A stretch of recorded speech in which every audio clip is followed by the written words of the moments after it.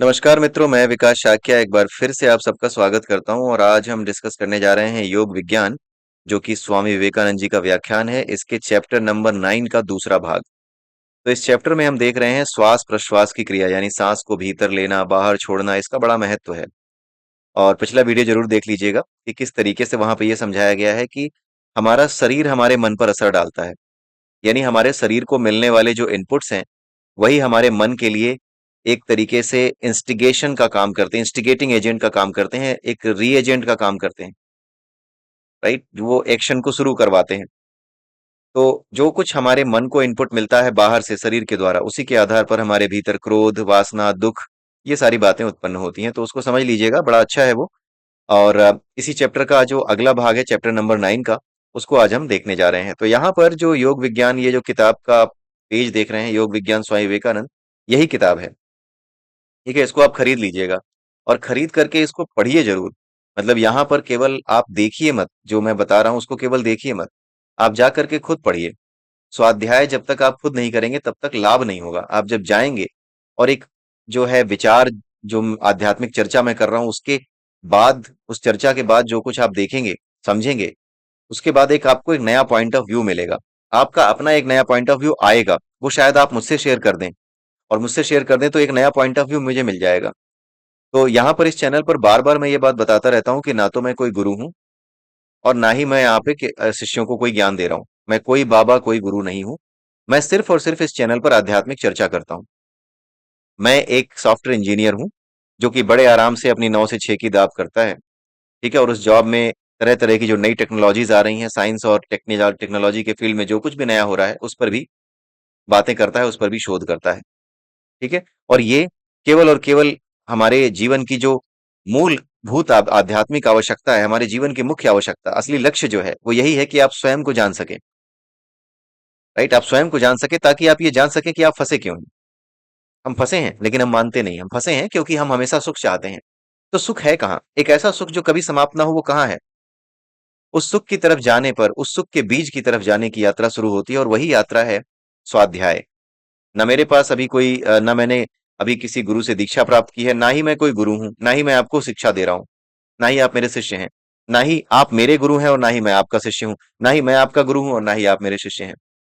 तो इस बात को हमें समझना होगा। मैं बार बार इस बात को याद दिलाता हूं और इस बात को कहना चाहता हूं, ये मेरे अपने विचार हैं कि हमारे देश में जिस चीज की कमी आज के डेट में हो गई है, वो है चर्चा करने की। जैसे क्लास में बच्चे टीचर के आने से पहले कोई टॉपिक पढ़ा था तो उस पर चर्चा करते हैं, एक दूसरे से जो है आदान प्रदान करते हैं विचारों का। और कई बार उन विचारों के आदान प्रदान में किसी बड़ी ही गंभीर समस्या का, गंभीर समस्या नहीं, किसी कठिन प्रश्न का उत्तर उन्हें मिल जाता है।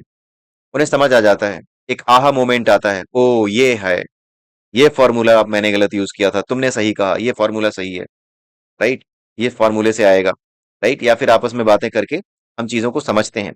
तो ये जो क्लासरूम एटीट्यूड है हमारा, ये क्लासरूम एटीट्यूड हमारा नेगेटिव सेंस में तो है कि पूरी दुनिया अगर एक तरफ जाने लगी, किसी एक ने हाथ उठा दिया या किसी कई लोगों ने एक साथ हाथ उठा दिया, भले ही क्वेश्चन के गलत आंसर पे उठा रहे हो, तो हमारा ही मन करता है हाँ यार, कहीं डाउट तो नहीं है मुझे, कहीं यही लोग तो सही नहीं है, आप भी उठा देते हैं हाथ।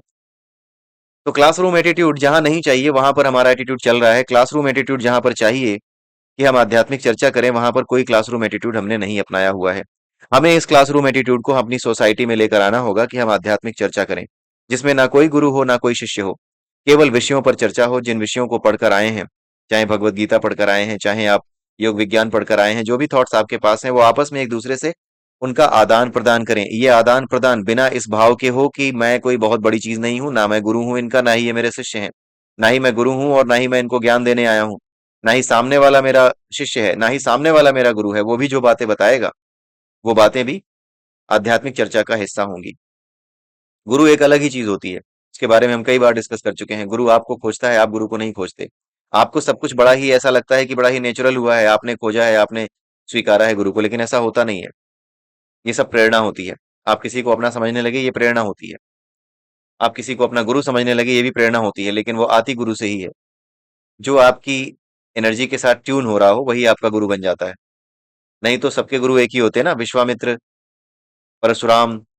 आपके जो गुरु वशिष्ठ थे, उसी समय विश्वामित्र भी थे, लेकिन विश्वामित्र के यहाँ भगवान राम ने शिक्षा पाई। ठीक है, ऋषि वशिष्ठ के यहाँ कुछ और लोग रहते थे, वो लोग शिक्षा ग्रहण करते थे, द्रोणाचार्य से किसी और ने शिक्षा ग्रहण की।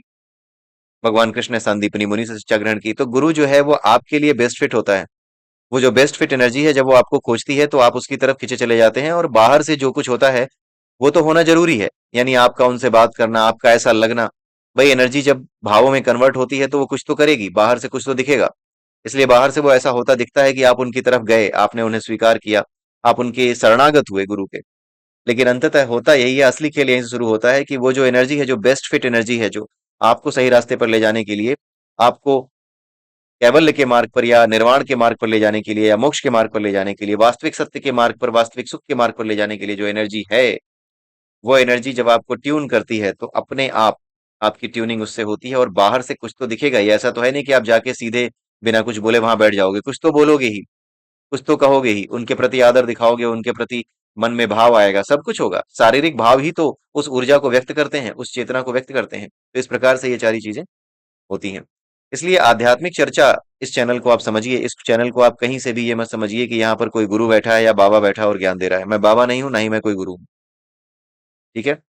ये हम सबका एक परम कर्तव्य है कि अपने काम करते करते, अपने काम करने के साथ साथ इन चीजों पर भी ध्यान दें, इन चीजों पर भी चर्चा करें जो हमारे दर्शन शास्त्र का मूल है और हमारे वास्तविक सत्य को हमारे सामने उजागर करके रख सकती हैं। हमें अपने प्रोफेशनल और पर्सनल दोनों ही लाइफ में ये चीजें बहुत हेल्प करती हैं। यहाँ पर जो समझ बताई गई है दोनों जगहों पे बहुत हेल्प करती है। कुछ लोग तो इतना सुनेंगे भी नहीं, आप तो सुन भी रहे हैं, कुछ लोग तो इतना सुनते भी नहीं है, वो बस ये देखते हैं, अच्छा वीडियो बनाया किस पे, ओ भगवत गीता, अरे बाबा जी बन गए, लगता है विकास भैया बाबा जी बन गए क्या। ये होता है। वो सुनते तक नहीं है, वो आते तक नहीं है, इस बात को वो सुनने तक इतनी देर तक आते ही नहीं है। इसलिए उनका जो पूर्वाग्रह है, उनका जो पहले से बनी हुई एक मानसिकता है कि हाँ यार ये तो बाबा जी हो गए, ये तो ऐसी ही चीजें हैं, इसमें कुछ अच्छी अच्छी जो है फिलोसॉफिकल बातें हो रही होंगी बाबाओं वाली, और कुछ नहीं होगा। वो ऊपर से ही सोच करके चले जाते हैं, वो यहाँ तक तो आते ही नहीं है। यहाँ जहां पर असली बात हो रही है कि हमें आध्यात्मिक चर्चा करनी है, ना कि गुरु बनना है, ना कि शिष्य बनना है। जिस दिन गुरु मिलेगा उस दिन शिष्यत्व अपने आप आ जाएगा। जब शिष्यत्व अपने आप आएगा तो गुरु के लायक योग्यता आ जाएगी आपके अंदर गुरु को प्राप्त करने की। तो आइए आगे देखते हैं चैप्टर नंबर 9, श्वास प्रश्वास की क्रिया, इसके दूसरे भाग में क्या बताया गया है। इस भाग में हम मेल रूप से देखेंगे मन के बारे में। मन जो है, जिस प्रकार से परमात्मा है ना, उसी प्रकार से एक तत्व है मनस। जैसे परमात्मा हर जीव में विद्यमान है, उसी प्रकार से जो मनस है, यानी जो मन है ना, वो हर एक के अंदर विद्यमान है, और वो भी हर जगह फैला हुआ है। हम सब के अंदर मन का टुकड़ा तो है ही, लेकिन एक मनस तत्व है, उसी मनस तत्व से बना हुआ मन का टुकड़ा हमारे अस्तित्व के साथ जुड़ जाता है। मेरे साथ भी है, आपके साथ भी है, हम सबके साथ एक ही मन जुड़ा हुआ है। एक ही मन से वो बना हुआ है। ऐसे समझ जाइए कि एक जो है दही है या मट्ठा है, वो सबको थोड़ा थोड़ा उसी से ग्लास ग्लास करके निकाल करके दिया जा रहा है। तो उसी प्रकार से मनस तत्व है, जैसे परमात्मा है, वो हर जगह व्याप्त है, उसी का जो टुकड़ा है, छोटे छोटे जो अंश है, वही आत्मा के रूप में हम सबके भीतर है।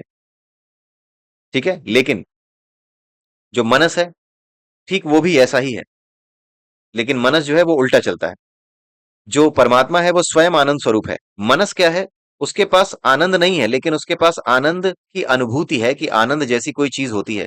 वो छोटी छोटी चीजों में आनंद खोज पाता है, क्योंकि वो नष्ट होने वाली चीजों में आनंद खोजता है, इसलिए उसका आनंद भी नष्ट हो जाता है, जो मन के फेर में पड़ा रहता है। हमारा आनंद नष्ट क्यों हो जाता है? क्योंकि हमारा मन करता है कि हम ये कर डालें तो हमें अच्छा लगेगा। लेकिन जो काम हम करते हैं वो तो नष्ट होने वाली चीजों के लिए करते हैं। जो हम पाते हैं वो तो एक दिन नष्ट होने वाली है। जिस बच्चे के जन्म होने पर ढोलक बजती है, बड़ी खुशी होती है, उस बच्चे को एक दिन जाना भी है। अगर यही बात ढोलक बजते समय कह दी जाए कि क्या ढोलक बजा रहे हो, उसे एक दिन जाना भी है, भगा देंगे हम आपको मार करके। क्योंकि आदमी सत्य जानते हुए भी सत्य को देखना नहीं चाहता। यही है हमारा मन, यही है मनस। तो मनस क्या करता है? मनस टेम्पररी चीजों में सुख देखता है, क्योंकि वो टेम्पररी चीजों को ही सुख का साधन मानता है। तो अगर टेम्पररी को सुख का साधन मानोगे तो सुख भी क्या रहेगा? टेम्पररी ही रहेगा। परमानेंट क्या है? परमानेंट है चेतना, परमानेंट है ऊर्जा, परमात्मा।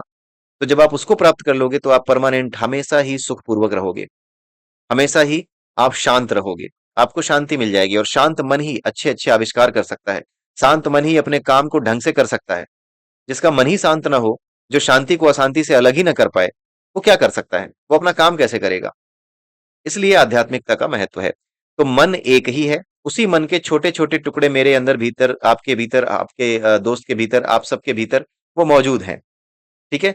और उसी में सारे भाव हैं, और सारे भाव उसमें है, और उसी में सारा संसार उलझ गया है। और वो किसके कारण है? वो उसी मन के अलग अलग रूप हैं। जितने भाव प्रकट होते हैं, जिस भाव के कारण युद्ध हो रहे हैं, जिस भाव के कारण कोई किसी से प्रेम कर रहा है, जिस भाव के कारण कोई किसी में द्वेष देख रहा है, किसी में प्रेम देख रहा है, किसी में घृणा देख रहा है, किसी को मार डालना चाहता है, किसी के साथ जिंदगी भर रहना चाहता है। ये सब क्या है? मन के अलग अलग भाव हैं और उन्हीं भावों का प्रकटीकरण है हमारे शरीर के माध्यम से। तो जो कुछ प्रकट है उसी मन से प्रकट है। जैसे आम के पेड़ पे लगने वाले हजारों लाखों आम उसके जीवन भर में लगेंगे, लेकिन वो सब किस वजह से हैं? केवल एक बीज की वजह से हैं जो जमीन के भीतर था पहले। बीज का अस्तित्व समाप्त हुआ, उसने अपने आप को आम के पेड़ के रूप में प्रकट कर दिया। ठीक है। अब जो कुछ भी है, जितने भी आम लगे हुए हैं उस पे, उन सब का कारण वही बीज होने के बावजूद लगता ऐसा है जैसे कि कई आम हैं इस पेड़ पे, लेकिन असल में वो आम का पेड़ सिर्फ एक आम का बीज ही है और कुछ नहीं है। उसी तरीके से मन भी एक क्या काम करता है? मन भी जमीन की तरह काम करता है। इस जमीन में तरह तरह के बीज बोए हुए हैं। किसके बीज? बदले की भावना के बीज, किसी को नष्ट कर देने की भावना के बीज, किसी से द्वेष रखने की भावना के बीज, ये सब उसी जमीन में बोए हुए हैं। तो जितने भी भाव हैं ये सब केवल और केवल मन से हैं, उसी मन के अलग अलग रूप हैं। हम एक साथ व्यष्टि और समष्टि दोनों हैं। यानी मन का टुकड़ा अगर हमारे पास है तो हम वो पूरा का पूरा मन जो इस संसार में फैला हुआ है ना, वो भी हम हैं। हम दोनों एक साथ हैं। तत्व के स्तर पर कुल मिला के बताया जा रहा है कि एलिमेंट्री लेवल पर तत्व के स्तर पर दोनों में कोई अंतर नहीं है। ठीक है। न मनस में अंतर है, ना हमारे पास जो मन है उसमें कोई अंतर है। दोनों एक ही हैं। जैसे आग, आग जब लगती है तो आग लगने के बाद उसके चारों तरफ बड़ी ही गर्मी महसूस होती है। असल में वो गर्मी किससे है? उसी आग से है। तो असल में वो गर्मी क्या है? वो आग ही है। भाई आग का ही एक कैरेक्टरिस्टिक है तपन। अरे हिंदी नहीं आ रही, जबान पे शब्द नहीं आ रहे, सॉरी। तो जैसे ही आग लगती है, उस आग की जो गर्मी, तपन बोल रहा हूं मैं, तपन गर्मी एक ही बात है। जो आग की जो गर्मी है वो आग ही तो है। आग ना होती तो वो गर्मी ना होती। तो आग का ही एक कैरेक्टरिस्टिक है। उसी तरह से हमारा जो मन है उसी मनस का एक टुकड़ा है। जैसे आग की गर्मी आग का एक टुकड़ा है, आग की एक कैरेक्टरिस्टिक है, उसी तरीके से हमारे पास जो मन है वो भी मनस से ही बना है। सब कुछ एक ही है। जड़ द्रव्य आत्मा सब एक ही है। ठीक है। मन के द्वारा जो कुछ बनता है वो सब एक ही है। जड़ है, जो चीजें हम देख रहे हैं कि मिट्टी है, जल है, वायु, आकाश है, ये सब उसी ऊर्जा से बना है। ऊर्जा ही रूपांतरित होकर के पदार्थ के रूप में दिखाई देती है। इसलिए जो कुछ भी है, जड़ द्रव्य आत्मा, वो सब एक ही है। आत्मा भी वही है। इसीलिए सब कुछ आत्मा तक, यहां तक कि आत्मा भी, जो कि आखिरी बिंदु होता है हालांकि, जहां पर आपको जाना है और उसी की चिंता करनी पड़ती है आत्मा की। अगर आपको स्वयं को जानना है तो, ईश्वर को जानना है तो उसी की चिंता करनी पड़ती है, लेकिन है सब कुछ जड़ ही। वास्तविक बोध जो है जड़ द्रव्य और आत्मा, इन तीनों से अलग है।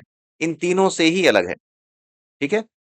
और इसीलिए भगवान कृष्ण भी अंत में कहते हैं कि जो कुछ भी मैंने तुम्हें बताया है, आत्मा वात्मा सब कुछ, धर्म की बातें, सर्वधर्मान परित्यज्य माम एकम शरणम व्रज, सब कुछ छोड़ करके मेरी एक शरण में आओ। मैं ही सब कुछ हूं, मैं ही सब कुछ हूं, सोर्स हूं। यानी अब शून्य की तरफ, अपनी तरफ वो उसको बुला रहे हैं, ताकि वास्तविक स्वरूप को वो समझ सके। आगे एक बहुत अच्छी बात बताते हैं विवेकानंद जी, तीसरा पॉइंट देखिएगा। हमें कभी भ्रम नहीं होता। हम लोगों को लगता है कि मुझे भ्रम हो गया, लेकिन ये बात हम कब कहते हैं? जब हमें डिसीजन हो जाता है कि जिस चीज को हम देख रहे थे वो नहीं थी जो हम समझ रहे थे। ठीक है। अगर कोई चीज हमने ऐसी देख ली जिसको हमने वैसा नहीं देखा जैसी वो खुद है, बल्कि हमने अपने मन से कुछ समझ लिया कि ये तो ये है, जैसे रस्सी को हमने सांप समझ लिया। तो जब हमें पता लगता है कि ये रस्सी नहीं, ये सांप नहीं है तो रस्सी है, जब ये पता लगता है कि सांप नहीं है रस्सी है, तब जाकर के हमें पता चलता है कि हम भ्रमित थे। लेकिन जिस समय हम किसी चीज को देख रहे होते हैं, जिस समय हम भ्रम में होते हैं, जिस समय हम भ्रम में जी रहे होते हैं, उस समय वो भ्रम हमें भ्रम नहीं लगता। जैसे हमारे सपना देखना एक भ्रम है, वो सत्य नहीं है, लेकिन उस समय हमें वो भ्रम नहीं लगता। उसी तरीके से जब भी हम किसी चीज को जी रहे होते हैं तो उसमें कितना भी भ्रम हो, लेकिन वो भ्रम हमें लगता नहीं है। इसीलिए विवेकानंद जी बड़ी अच्छी बात कह रहे हैं कि हमें कभी भ्रम होता नहीं है। भ्रम हमें कभी नहीं होता। भ्रम तो हम कहते हैं बाद में, कि जब सच्चाई पता लग जाती है तभी हमें पता लगता है कि हाँ ये भ्रम था। लेकिन असल में जिस समय हम भ्रम में थे ना, उस समय भी हम सच्चाई में ही थे। हमारी सच्चाई वही थी। अगर मैंने रस्सी को सांप समझ लिया तो मेरे लिए तो वही सच है। मेरा डर असली होगा उसको सांप समझने के बाद। मेरी सावधानी, आराम से निकल रहा हूं, धीरे धीरे चल रहा हूं, ये सब कुछ रियल होगा। नकली बंदूक से भी किसी को डराओगे, या नकली बंदूक भी किसी को दिखा दी जाए, तो उसका डर वास्तविक होगा, उसका डर नकली नहीं होगा। क्योंकि जो हमें दिखता है, जो हमें सत्य लगने लगता है, वही हमारा सत्य है। हम कभी भ्रम में होते ही नहीं है। भ्रम तो केवल और केवल एक निर्णय है कि हम भ्रम में थे। लेकिन भ्रम जैसी स्थिति में होना कभी हमारे साथ नहीं होता, क्योंकि हम जिस स्थिति में होते हैं उस स्थिति को सत्य ही समझते हैं। रस्सी को सांप समझ लिया तो भैया वो सांप है तब तक, जब तक कि पता न चल जाए कि वो रस्सी थी। ठीक है, क्योंकि हम जिसकी भावना कर लेते हैं वही हमारे लिए सत्य प्रतीत होता है। जैसे रस्सी को सांप समझ लेना, जब तक हमने सांप समझा तब तक हम भ्रम में नहीं थे, जब सत्य पता चला तब भ्रम का भी पता चला। ये आप समझ गए होंगे। बड़ी अच्छी बातें कहते हैं विवेकानंद जी, बड़ी ही लॉजिकल, सटीक और बड़ी ही समझने लायक बात, बहुत आसानी से समझ में आने वाली बात को कहते हैं। ठीक है, लेकिन कई बार होता है हमारी वायरिंग वैसी नहीं होती तो हम उस चीज को समझ नहीं पाते। लेकिन जो कुछ भी विवेकानंद जी ने कहा है बड़ा ही सिंपल, बड़ा ही अच्छे तरीके से बताया है। जैसे ही हम ये समझ लेते हैं कि रस्सी है सांप नहीं, वैसे ही भ्रम जाता रहता है। ठीक उसी तरीके से संसार और ईश्वर एक ही है। जैसे मनस और मन, यानी मनस का टुकड़ा जिसको मन कहते हैं वो एक है, उसी प्रकार से जो संसार है और ईश्वर ये दोनों एक ही है। जब तक हम संसार को देख रहे हैं, यानी जब तक हम सांप को देख रहे हैं, तब तक ईश्वर यानी रस्सी उसका वास्तविक स्वरूप नहीं दिखता। जो कुछ इस सृष्टि में हम देख रहे हैं वह सब ईश्वर ही है। जब शून्य हो जाओगे, अपने वास्तविक स्वरूप को जान पाओगे, तब आत्मा भी जड़ रूप में दिखेगी। ठीक है, जब शून्य हो जाओगे यानी जब इन सब चीजों से परे हो जाओगे, आत्मा से, जड़ से, द्रव्य से, हर चीज से अलग हो जाओगे, तब जाकर के अपने वास्तविक स्वरूप को जान पाओगे। और तब जाकर के आत्मा का भी तुम्हें पता चलेगा कि ये भी जड़ ही है, ये भी वास्तविक स्वरूप नहीं है, इसके भी पीछे एक शून्य है। उस शून्य को अपना वास्तविक स्वरूप समझो, वही परमात्मा है। इसीलिए दो नाम दिए गए हैं, परमात्मा और आत्मा। उसी का अंश है ये आत्मा, उसी से प्रकट है ये आत्मा, परमात्मा से ही आत्मा है। इसीलिए ये तरीका बताया जाता है कि आप आत्म के बारे में सोचो। आत्म क्योंकि आकाश का टुकड़ा है, खाली आकाश का टुकड़ा है।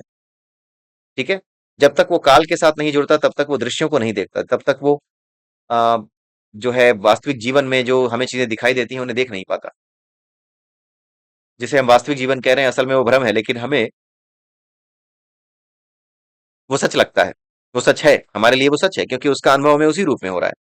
ठीक है, अपने वास्तविक स्वरूप को जान जाओगे तब आत्मा भी जड़ रूप में दिखेगी। आत्मा आकाश का एक छोटा टुकड़ा मात्र है, इसके बारे में भी विवेकानंद जी ने ही अपने एक चैप्टर में, पिछले चैप्टर में बताया हुआ है। आगे बता रहे हैं, जैसे समुद्र में उठने वाली लाखों तरंगे समुद्र का नाश नहीं कर सकती, वैसे ही संसार की समस्त विभिन्नताएं, यानी संसार में उठने वाले सभी भाव और उन भावों की वजह से होने वाला युद्ध, उन भावों की वजह से होने वाली समस्याएं जो पूरे संसार में, पूरे देश में फैली हुई हैं, ये सब कभी भी ईश्वरत्व को नष्ट नहीं कर सकती, उसको समाप्त नहीं कर सकती, जो इस संसार का, इस सृष्टि का कारण है। न तो जड़ शक्ति का कारण है और न ही शक्ति जड़ का।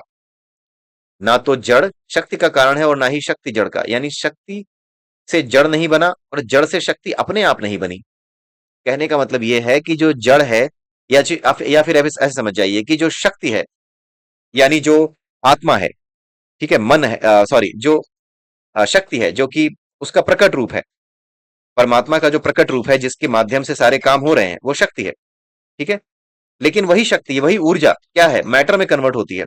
लेकिन कहने का मतलब यह है कि ऊर्जा को मैटर में कन्वर्ट करने के लिए हम लेबोरेटरी में कुछ एक्सपेरिमेंट करते हैं। लेकिन हम लेबोरेटरी में कुछ एक्सपेरिमेंट करते हैं, अगर हमें ऊर्जा को यानी शक्ति को पदार्थ में परिवर्तित करना हो, यानी एनर्जी को मैटर में कन्वर्ट करना हो, तो हम लेबोरेटरी में एक्सपेरिमेंट कर सकते हैं। हम करते हैं, करने वाले हम होते हैं। तब जाकर के एनर्जी मैटर में कन्वर्ट होती है या फिर मैटर एनर्जी में कन्वर्ट हो जाता है। राइट, जैसे मैटर ही तो है आपका ये यूरेनियम, लेकिन इसको एनर्जी में कन्वर्ट कराने के लिए रिएक्शन कराने पड़ते हैं, न्यूट्रॉन्स की बमबारी करनी पड़ती है, बम्बार्डमेंट करनी पड़ती है। जब न्यूट्रॉन्स की बम्बार्डमेंट होती है यूरेनियम पे, थोरियम पे, तब जाकर के उसमें रेडियो एक्टिविटी प्रोड्यूस होती है, वो कई पार्ट्स में टूटने लगता है और तब जाकर के एनर्जी मिलती है। तो ये सब हमें कराना पड़ता है, यानी कराने वाला कोई होता है। लेकिन इस सृष्टि में जो कुछ हो रहा है, जो कुछ अपने आप बन रहा है, उसके पीछे हमें कोई इंसान तो दिखाई नहीं देता।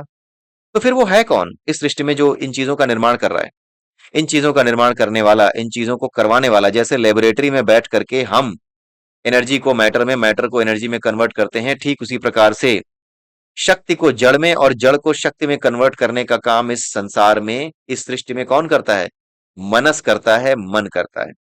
राइट, मनस करता है। वो हमारे और आपकी तरह दिखने वाला इंसान नहीं है, वो केवल एक शक्ति है। अरे भाई, दिखने को तो टीआरएनए और जो आरएनए है वो भी नहीं दिखता, जो प्रोटीन बनाता है हमारी बॉडी का। लेकिन टीआरएनए और एमआरएनए इस तरीके से काम करते हैं जैसे जीते जागते इंसान काम करते हैं जब वो प्रोटीन बनाते हैं। जो ट्रांसफर आरएनए है वो रॉ मटेरियल लाता है, कच्चा माल लाता है। और जो मैसेजिंग आरएनए है उसके पास मैनुअल है, वो देखता है कि किस तरह से प्रोटीन बनाना है, यानी असेंबल कैसे करना है प्रोटीन को, ये वो काम करता है। ठीक वैसे ही जैसे मनुष्य करता है। ये तो विज्ञान ने भी बता दिया कि एमआरएनए और टीआरएनए होते हैं, ये अपने आप ही ये सारे काम करते हैं। ठीक है, जो कुछ दिखता है वह सब मनस से है, वही शक्ति को जड़ में बदलने के लिए उत्तरदायी है। यानी इस सृष्टि में जड़ और शक्ति के आपसी रूपांतरण का कारण केवल मनस है। आई होप आपको ये चैप्टर का ये पार्ट समझ में आया होगा। अभी इस चैप्टर में एक दो पार्ट्स और आएंगे और ये पूरा चैप्टर बड़ा अच्छा है। आप बने रहिए मेरे साथ, अगले वीडियो में फिर मिलेंगे। तब तक के लिए नमस्कार, जय श्री राम, जय श्री कृष्णा, जय श्री राधे, ओम नमः शिवाय।